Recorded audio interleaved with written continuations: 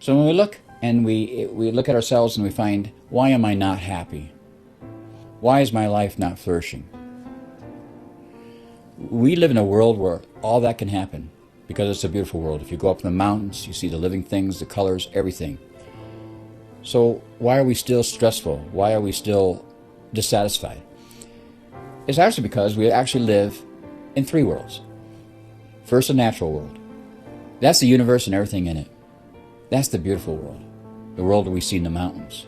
When we look up at the sky at night and see the stars. All beautiful.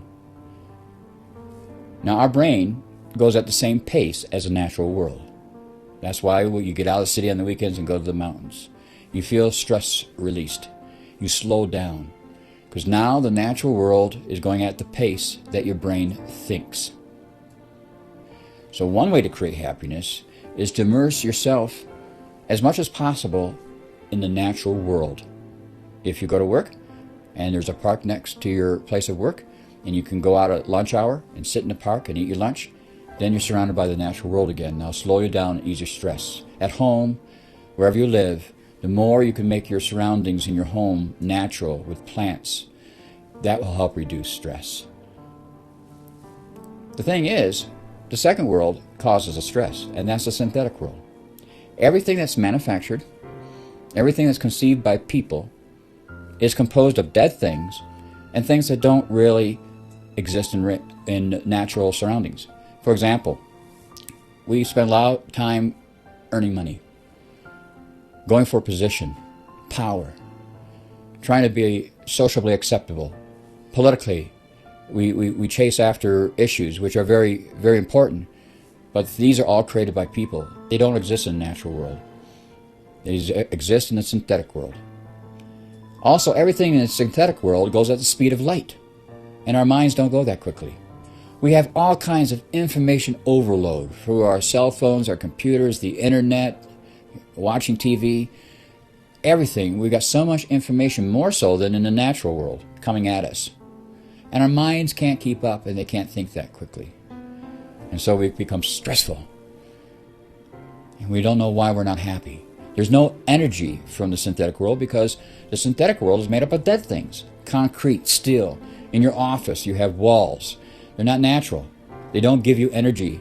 In the natural world, you get energy from living things. So, is the synthetic world monstrous and evil? No, it's not really that.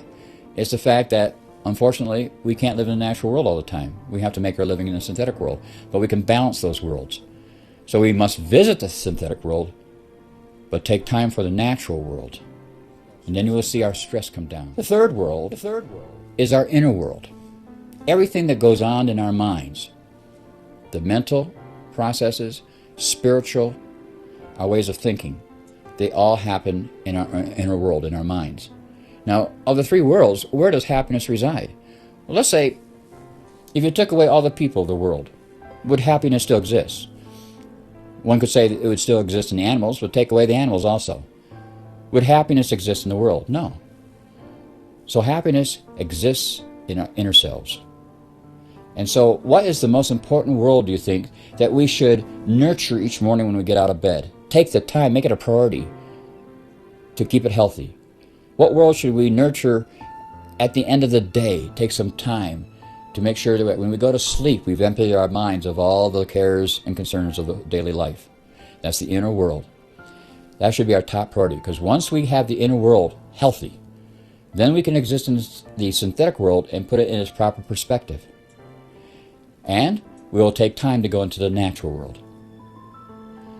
So the third essence of life, it's a beautiful world. And we need to balance the three worlds we live in.